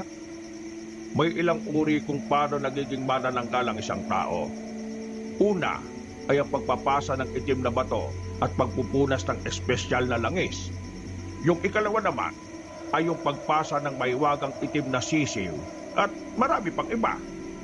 Alin man sa mga yon, depende ito sa kasunduan ng sumpa. Ganun po ba? Pero, posible ba na magamot pa ang ganun? Oo, lalo na kung hindi pa naman nakakatikim ng sariwang dugo't sariwang karne ng tao ang napasahan ng sumpa. Kung ganun may pag-asa pa siya. Ay, ano bang binubulong-bulong mo na naman dyan? Ho? Wala ho. Hihintayin ko na lang po si Rowena at iwan niyo na lang po yung mga sinasabi niyong pangontra. Pagkatapos namin mag-usap, ay iniwan na ako ni Lolo dahil merong pang magpapagamot sa kanya sa kabilang barangay. Hindi ko pa rin sinasabi sa kanya ang tungkol sa nalaman ko. Ganun din kay Kapitan Ethan. Gusto ko kasing makasiguro na makakausap ko ng maayos si Natnat dahil baka matulungan pa namin siya. Pasado 5:30 ng hapon ay dumating na nga si Rowena. Binitbit na namin ang supot ng pangontra at dinala ito sa barangay hall. Daldal ng daldal ang pinsan ko pero wala akong maintindihan sa mga sinasabi niya. Ang iniisip ko kasi ay kung paano makikita ngayon si Natnat para makausap at makumbinse na matulungan siya. Oy, ano ka dyan, te? More boka-boka na ako dites. Tapos ikaw, ngay-ngay ka lang? Nagigetsong mo ba yung mga binibera ko, ha? Ha? Oo. Ano nga ulit yun? Ay, may problema ka ba, insan? Wala. Anong wale? Hindi ka makasaytsyong sa akin ng eye to eye. Huwag kang maglaylong sa baklang mato na to, ha? Dahil may mata ko ni Cassiopeia. Kunwari na lang akong ngumiti at hindi na sumagot pa. Mabuti na lang din ay narating na namin ang barangay hall, kaya nauna na ako sa kanya bit-bit ang supot ng pangontra. Pinigay ko rin kagad yung kay Kuya Kulas dahil wala si Kapitan Ethan. At para makaiwas sa pinsan ko, ay nagdahilan na ako na may pupuntahan pa saglit kaya pinauna ko na siya. Nagpalipas lang ako ng oras kabanong sa bukid, kung saan kami huling nagsagupa ni Natnat. At pagkagat ng dilim, umuwi na rin ako ng bahay at nagpanggap na normal lang ulit ang lahat. At mabilis na naman na lumipas ang oras. Bandang 11:00 ng hating gabi ay nagising na naman ako. Napatingin ako kay Lolo na nahihimbing sa pagtulog. Katulad nung nakaraang gabi, tumakas ako ng bahay dala pa rin ng bote ng langis, pati ang lumang bag ni Lolo. Pasikreto akong naglibot-libot sa paligid hanggang sa unti-unti na ngang kumulo ang bote ng langis. Sinundan ko yun at nakarinig ako ng ingay sa manukan ni Mang Bantotoy. Alam ko na kagad na si Natnat ang aswang na naroon, kaya nagmadali na ako. Kinuha ko sa lumang bag ang itim na asin, pati ang kutsilyo na may ukit ng orasyon at ang maliit na garapon na may pambulag sa aswang. Nireserba ko lang ang mga ito para kung sakaling maglaban na naman kami ni Natnat. Tumakbo na ako at sa gitna nga ng dilim ay narinig ko na nga ang ingit ng mga manok, ang paggaspas ng kanilang pakpak at ang tunog ng kahoy na tila merong pilit na sumisira. Wala pa naman doon si Mang Bantotoy dahil nagpunta sa lamay, kaya wala ring aawat kung sakaling may sumalakay sa mga manok, katulad ngayon. At pagdating ko roon, ay nakita ko siya. Sinatnat na nasa anyo ng isang manananggal. Wala rin ang pang-ibaba niyang katawan na hindi ko alam kung nasaan. Duguan na ang kanyang mga kamay na may hawak ng manok na sugatan at naghihinalo. Pilit niya kasing inaabot ang mga yon habang nagkakakampay ng malaki niyang pakpak. Natnat! Huh, bakit nandito ka na naman? Bakit hindi mo na lang ako pabayaan? Ha? Itigil mo na to! Lumayo ka na! Umalis ka na dahil maya-maya lang hindi ko na mapipigilan ng sarili ko. Kaya kitang tulungan, kaya itigil mo na yan, please! Marami nang nagsabi sa akin yan, pero lahat sila ano? Lahat sila hindi naman nakatulog, kaya umalis ka na. Sa halip na pakinggan ko ang sinasabi niya, sinuksok ko ulit sa bag ang mga gamit na hawak ko. Pagkatapos ay lumapit ako sa kanya at hinatak siya palayo sa mga manok. Sa kakahatak ko sa kanya ay pareho kaming tumalsik ng magkalayo. Dahil dito ay nagalit siya at tuluyang nagiba ang itsura ng muka. Walang ano-ano ay sumugod siya sa akin. Hindi to katulad ng una naming sagupaan dahil mas mabilis at agresibo siya ngayon. Halata sa ekspresyon ng mukha niya ang matinding desperasyon. Sa bilis ng pangyayari ay hindi ko na namalayan ang ginawa niya. Tinamaan ang braso ko na dumugo kaagad, pero hindi ako umatras at nagpatinag. Pero dahil naman doon, ay mas lalo siyang naging agresibo. Naamoy niya kasi ang sariwang dugo ko na tumatagas na masagana. Biglang namula ang kanyang mga mata. Naglaway siya na para bang asong ulol at mas lalo siyang nagmukhang mabagsik. Inihanda ko na mga panlaban. Dahil sa puntong yon, ay para na siyang nawawala sa sarili. Pero sinubukan kong mas maging mahinahon sa kabila ng lahat. Dahil ang intensyon ko naman talaga ay matulungan si Natnat. Natnat, makinig ka. Alam kong naririnig mo pa rin ako. Alam kong nandyan ka pa rin at nakakaintindi. Sinabi nang umalis ka na eh. Kundi papatay na rin kita talaga. Katulad ng ginawa ko kay Kuya Toma. Hindi natin kailangan maglaban. Hindi naman ako narito para kalabanin ka eh. Gusto ko lang sabihin sa'yo na meron pang paraan. Wala! Hindi totoo yan. Meron pang paraan. Sinubukan na namin ang lahat. Namin? Anong ibig mong sabihin namin? Ibig sabihin ba nito? May nakakaalam bukod sa... Kung ganun, alam din to ng tatay mo? Ni Kapitan Ethan? Importante pa ba kung alam ng tatay ko o hindi? Pasensyaan na talaga tayo. Ayaw ko talagang gawin to sa'yo pero dahil makulit ka, sa unang pagkakataon, makakatiim na talaga ako ng sariwang karne at dugo ng tao. Hindi ko na pipigilan ang sarili ko. Hindi ko napagandaan ang ginawang pagsalakay ni Natnat. Bago pa ako makabunot ng pangontra sa bag, ay nakalapit na siya sa akin at tanda kong sakmalin. At doon ko na narinig ang sigaw ng pamilyar na boses sa likuran. Kaya napalingon ako. Brian! Yuko! Napayukod nga kagad ako pagkasabing yun ni Rowena. At buong pwersa niyang winasiwas ang hawak na 2x2. Sa laki ng katawan niya ay malakas ang naging impact ng nangyari. Sapul na sapul si Natnat sa muka at kahit nasaan niyo pa siyang manananggal ay tinablan pa rin siya ng sakit. Tumalsik siya at bumalandra sa kulungan. Sa lakas ng pagkakampas ni Rowena ay nasira ang kulungan at nakawala ang mga manok na lalong nag-ingay. Habang nagkakanya-kanya, dito na nagkahula ng mga aso kahit malayo pa ito sa kinaroroonan namin. Medyo malayo nga kasi ang bahay ni Mang Bantotoy sa mga tao dahil sa mga alaga niya manok. Ano ginagawa mo dito, Rowena? Sinundan kita malamang. Nakita kong umiscape ka sa bahay. OMG! True lalo ba yung nasa itsong ko? Si Natnat? Yung manananggal? Meron palang manananggal na lalaki? So anong itatawag sa kanya? Manananggol? Ko, nawiwindang yung mga brain cells ko. Wait lang, Rowena. Ay, kaya pala kahit anong hanap ng mga tao, hindi nila ma-find out dahil hindi naman kasi babae yung manananggal, kundi isang guy or panggap na guy, whatever. What happened to Vela na lang kapag nanosong to ni Kapitan? Nanak niya mismo yung tsakang aswang. Dapat malaman na to ng mga kabarangay natin. Let's go, Robel, na para maichika natin kagad kay Lolo at Lola. Rowena, wag, teka. Ha? Wag. Teka lang. Hindi mo naintindihan ang nangyayari rito eh. Dapat kong ma-understand, pinsan. Okay ka lang ba? Basta, saka ko na ipapaliwanag. Tulungan mo na lang muna akong igapo siya at dalhin sa bahay natin. Ha? Na-crazy for you ka na ba, insan? Bakit natin siya...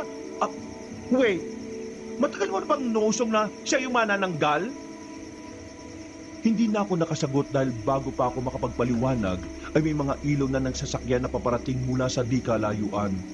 Nangungunang patrol ng barangay at sinusundan niyo ng ingay ng mga tao.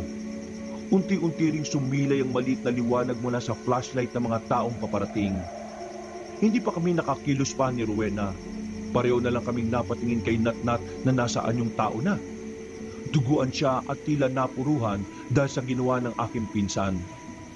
Dali, tulungan mo na ako. Ha? Bakit ko? Bilis na! Wala na nga siyang nagawa kundi ang tumulong sa akin. Lumapit kami kay Natnat at habang nagpupumilit siyang tumayo, sinabihan ko na ang pinsan ko sa gagawin niya. Pasensya na Natnat pero kailangan namin gawin to. Sige na Rowena. Ruel munang itawag mo sa akin, pinsan. Kinuyong niya ng maigpit ang kamao niya, saka sinapak sa mukha si Natnat na nawalang kagad ng malay tao. At bago pa makarating ang mga tao, ay umalis na kami sa lugar na yun. Sa kabutihang palad ay walang nakakita sa amin hanggang sa makauwi ng bahay.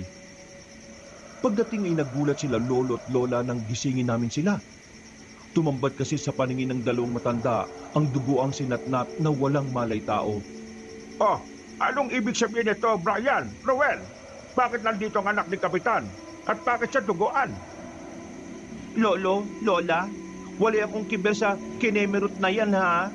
FYI, manananggal manananggol yang si Natnat. Kaya nga dapat sinurrender na siya. Pero itong si Brian, hindi ko knows ang mga mindsetting niya, Lolo, Lola. Naluloko na talaga ako. Yung mga brain cell ko, 2 MB na nga lang, ubos pa. Siya yung manananggal? Lo, please, pakitulungan si Natnat. Wala nang umimik pa sa amin at pagkatapos ay kagad pinagmasdan ni Lolo ang walang malay na si Natnat. Nang hawakan niya ito sa noo, ay bigla ring namuti ang kanyang mga mata hanggang sa mapaupo siya pagkatapos. Inalalayan ko kagad si Lolo Rodi habang si Lola ay nagsara ng mga bintana at sinigurong walang ibang tao na makakarinig at makakakita sa amin.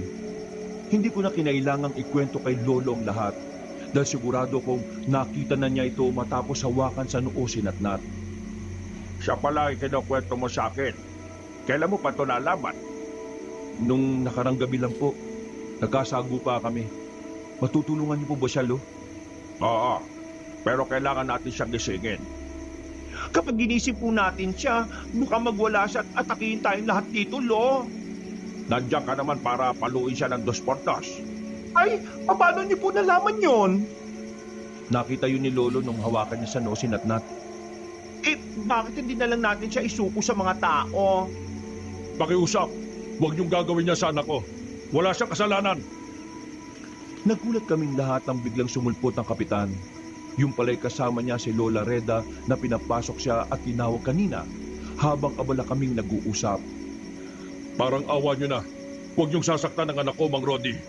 Dahil kapag ginawa niyo yon, pasensyahan na lang ho tayo. Makikipagpatayan ako para sa anak ko. Huwag kang mag-alala dahil hindi ko naman gagawin yan. Hindi ako naging albularyo para pumatay ng inosenteng tao. Isa pa, hindi naman siya dinala rito ng apo ko para lang patayin namin. Hindi ka rin naman tatawagin ng kapatid ko para lang masaksihan mo kung paano namin kitilin ang buhay ng anak mo.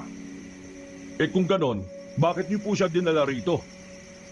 Para po matulungan namin ang anak niyo, Kap. Ha? Matutulungan yung anak ko? Opo, sabi ng lolo ko, may pag-asa pa para kay Natnat. Lalo na po, hindi pa naman siya nakakatikim talaga ng sariwang dugo at karne ng tao.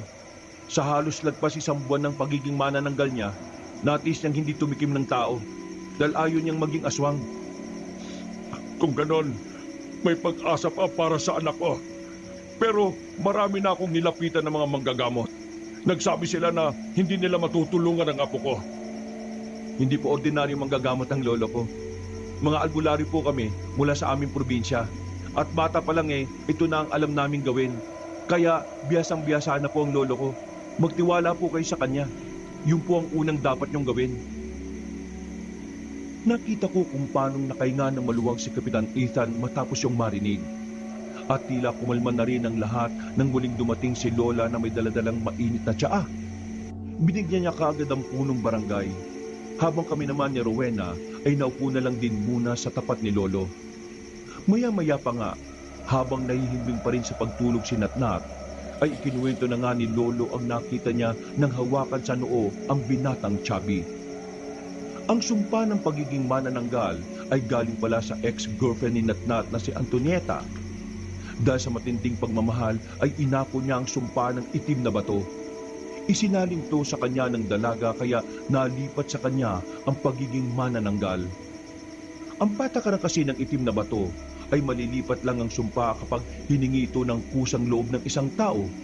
At sa oras na malulon ay magkakaroon na siya ng pagkikrave sa sariwang dugo at karne ng tao.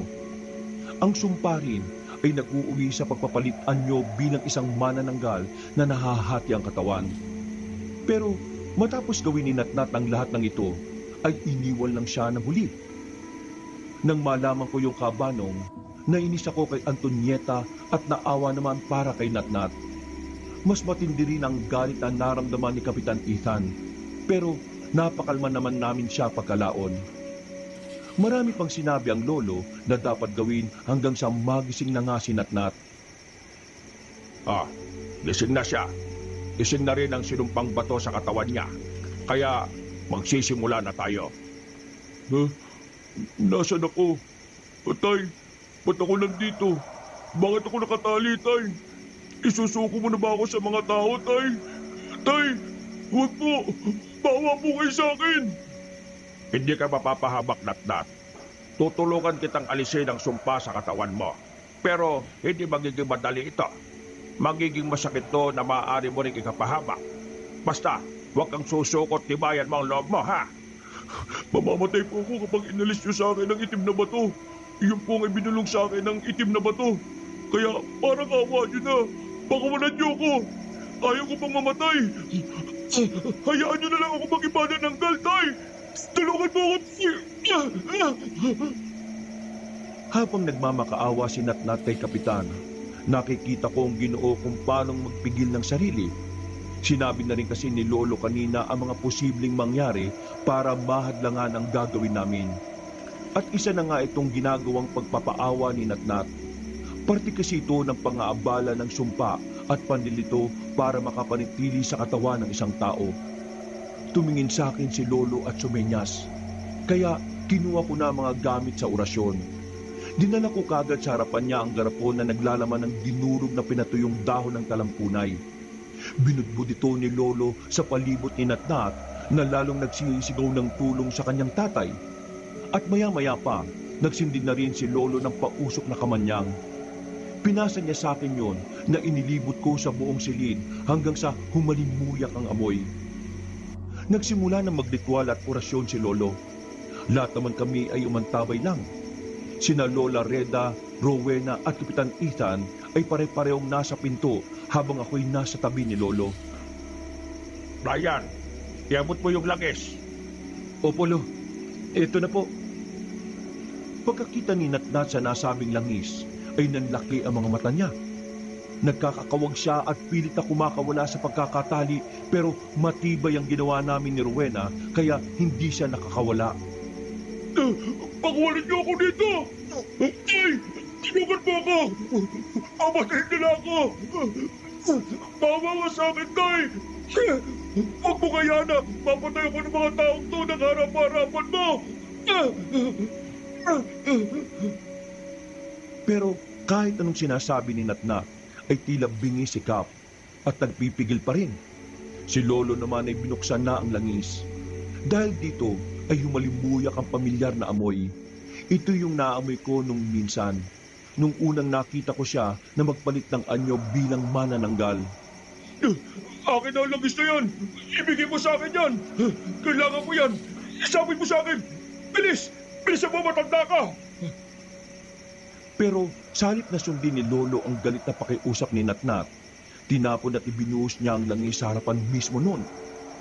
Dahil dito ay nagwala siya sa galit. Sa unang pagkakataon ay nakita ko kung paanong tila maging demonyong itsura ni Natnat. Namula ang mga mata niya at nanlisi. Ang mga ngipin ay nagngalit at nagtunugan. Naglaway siya na parang asong nauulol. Anong nangyayari sa anak ko? Bakit siya nagkakaganyan? Lumalabas na ang anyo ng sumpa sa katawan niya. Wala kang dapat kabahalan dyan. Dahil yan ang totoong anyo ng sumpa na nagtatago sa itim na bato. Diyos ko, kabagan mo po ang anak ko. Huwag mo pong pababayaan si Natnat. Tama yan, Kap. Magdasal na tayo dahil ang pagdarasal pananalig sa Panginoon ang pinakamabisang sandata sa lahat. Ang mga ito ay instrumento lang mula sa kapangyarihan ng Diyos na buhay. Magsitigil kayo! Pakawalan niyo na lang ako rito! Dahil kapag nakakawala ako, sigurado walang matitira sa inyong lahat! Kahit ikaw, Tay! Traitor ka! Kaya papatay na rin kita! Napaigtad at naglupasay na parang bulating binuburan ng asin si Natnat. Sinabuyan kasi siya ni Lolo ng itim na asin. Pagkatapos ay nagsimula na nga ulit siya sa pagsasalita ng kakaibang wika. Kahit ilang beses ko nang napapakinggan si Lolo na magsalita ng orasyon sa kakaibang wika, kakaiba pa rin ang tagpong ito. Parang pare-pareho kaming nilukob na mabigat na puwersa nang hindi ko malaman kung saan nanggaling. Lalong nagwala si Natnat at nakita ko matinding pagbabago na para siyang sinapian ng masamang espiritu o demonyo. Nag-iiba-iba ang kulay ng kanyang balat at boses, kaya mas lalong nag-alala si Kapitan Ethan. Ganun pa man, nanatili si Lolo sa kanyang mga ginagawa hanggang mas lalong tumindi ang sitwasyon. Nangilabot ako dahil sa nakakakilabot ng puwersa ng kadiliman. Hindi ko talaga sukat akalaing kabanong na ganito katindi ang sumpa ng itim na bato. Hindi ko talaga malilimutan ang pangyayaring yon. At habang abala kaming lahat, ay unti-unting napigtal ang pagkakatali. Nagulat na lang kami dahil narinig namin kung paano maglagatukan ng mga buto ni Natnat. Naalala ko ang tunog na yon, kaya naging alerto kagad ako. At hindi nga ako nagkamali dahil mula sa likuran niya ay unti-unting tumubo ang pakpak. Ito ang tuluyang sumira sa pagkakatali sa kanya. Kahit si Lolo ay nagulat dahil nagawang makapagpalit ng anyo si Natnat bilang manananggal sa gitna ng orasyon. Lolo! Malakas ang sumpa! Hindi mananaig ang sumpa na yan sa buhay ni Natnat. Natnat, lumaban ka! Natnat, lumabang ka para sa tatay mo! Mamamatay kayong lahat! Nagulat na lang kami nang unti-unting nahati ang katawan niya at humiwalay sa isa't isa. Ang itaas na parte ay lumipad papuntang bintana para lumabas. Pero wala sa amin ang pinanghinaan ng loob. Nagulat na lang ako nang makita si Kapitan Ethan na sinampahan ng ibabaw ng katawan ng kanyang anak upang mapigil sa paglipad. Nagkakakampay pa yun ng pakpak pero sumunod din si Rowena at buong puwersang pinigil ang mga pakpak. Napatingin naman ako kay Lolo na patuloy pa rin sa pag-uurasyon. Hanggang sa tumingin siya sa akin at sumenyas. Nang makita kong itinuro ni Lolo ay dali-dali kong tinungo ang ibabang katawan ni Natnat. At walang pag-aalinlangan kong sinaboy doon ng itim na asin. Dahil dito ay naglupasay ang ibabaw na katawan at pare-pareho silang napahandusay sa sahig. Ipinagpatuloy ni Lolo ang orasyon habang kami ay may kanya-kanya ring ginagawa. Pagdugtungin nyo na ang katawan niya, madali kayo! Bago pa matapos ang orasyon! Ganun na nga ang ginawa ni Kapitan at ni Rowena. Tumulong na rin ako hanggang sa mapagdikit na namin ang katawan. Nang tinapos ni Lolo ang orasyon, ay sumigaw ng ubod na kasinatnat, dahilan para mapatakit kaming lahat ng tenga. Napapikit din ako at parang nabingi dahil sa pangyayari. Pagdilat ko ay nakahandusay na sa sahig si Natnat. Nasaan yun na siyang tao. Bumangon din kagad si Kapitan at nilapitan ng kanyang anak. Ilang saglit pa ay biglang nabuo yun at iniluwa ang itim na bato. Kinuha kagad yun ni Lolo at ipinasok sa garapon na may itim na asin. Umusok ang itim na bato hanggang sa unti-unting nalusaw sa loob mismo ng garapon. Tapos na. Nagawa natin. Nailigtas natin si Natnat. Napayak ng gusto si Kapitan at grabe ang pasasalamat niya sa nangyari. Dahil sa wakas ay nakalaya na nga ang kanyang anak sa sumpa ng pagiging aswang. Sa pangyayaring yun ay inilihim namin ang lahat sa buong barangay. Kami lang po kabanong ang nakakaalam hanggang sa ngayon. Makalipas lang din kasi ng ilang buwan ay namatay na ang usap-usapan at takot ng mga tao tungkol sa manananggal. Sa tulong din kasi ni Rowena ay madaling kumalat ang balita na napatay na ang manananggal pero ang totoo ay gawa-gawa lang din namin ang balitang yon. Nagtagal pa kami ni Lolo sa Cavite pagkatapos ng tagpong yon. Marami pa kasi ang nagpapagamot sa kanya. naging matalik din kaming magkaibigan ni Natnat. Hanggang sa isang gabi ay nagulat ako sa sinabi niya. Tol, aalis na kayo di ba? Sa linggo, tama ba? Oo, Tol. Kailangan na kasi kami ron sa probinsya eh. Pero paminsan-minsan dadalo kami rito ni Lolo kapag may okasyon saka pag may holiday. Bakit? Ano kasi, hindi ako matatahimik hanggat hindi ko to nasasabi sa'yo bago ka bumalik dun sa inyo. Ha? Ano ba yun? Sabihin mo na nga. Gusto kasi kita eh. Nung una pa lang kitang makita, gusto talaga kita. Okay lang naman sa akin kahit kaibigan lang ang tingin mo sa akin. Wala naman ako magagawa eh. Pero sana, maging magkaibigan pa rin tayo ah. Hindi ako nakaimik ka, Banong. Hanggang sa umalis na lang siya.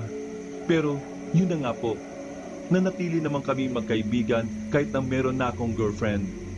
Sa tuwing umuwi kami sa Cavite ni Lolo, ay nagkakasama at nakakausap pa rin kami ni Natnat bilang mabuting magkaibigan. Mga kabangers, mga kayanggaw, maraming salamat po at nakinig po kayo dito sa kwento natin ngayong araw na ito. Dito sa isang special video story natin.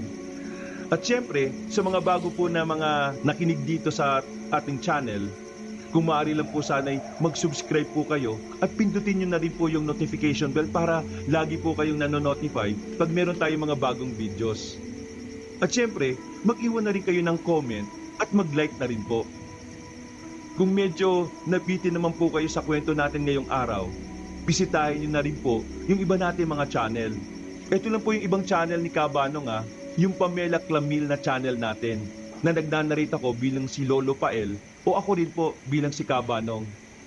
At syempre pa, yung bagong-bagong YouTube channel natin, yung Kabanong version 2.0 kung saan meron na pong moving images doon. Kaya meron na rin po kayong mapapanood habang nakikinig kayo ng narration na may music and effects na rin. O di ba mas maganda?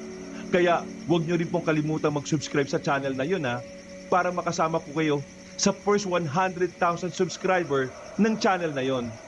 At para hindi po kayo mahirapan na hanapin yung mga nabanggit na channel, ilalagay po namin sa description o sa pinned comment yung link ng mga nasabing channel. Hanggang sa susunod na mga kwento, wakas,